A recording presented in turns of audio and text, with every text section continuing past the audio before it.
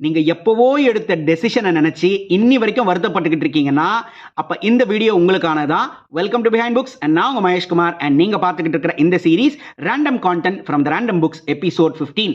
Most of the people பண்ற ஒரே ஒரு தவறு இதுதாங்க.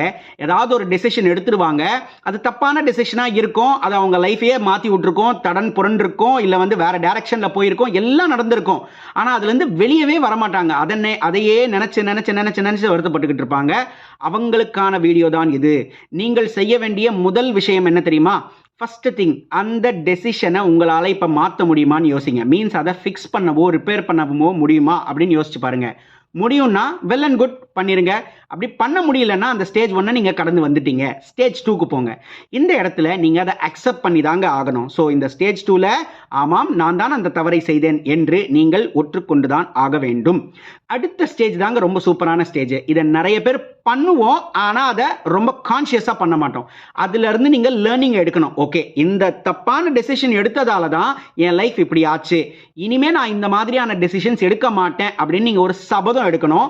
மீன்ஸ் அதுல இருந்து நீங்க அந்த லேர்னிங்கை எடுத்து அதை உங்களோட ஃபியூச்சருக்கு அப்ளை பண்ணணும். அதாவது உங்களை நீங்க அடாப்ட் பண்ணணும். அதை மட்டும் நீங்க பண்ணிட்டீங்கன்னா உங்களை அடிச்சுக்கிறதுக்கு வேற ஆளே இல்லைங்க. நீங்க தான் best person in the world. Thank you so much. இதை ட்ரை பண்ணிட்டு எப்படி இருந்ததுன்றது எனக்கு கொஞ்சம் சொல்லுங்க, கமெண்ட்ஸ்ல சொல்லுங்க.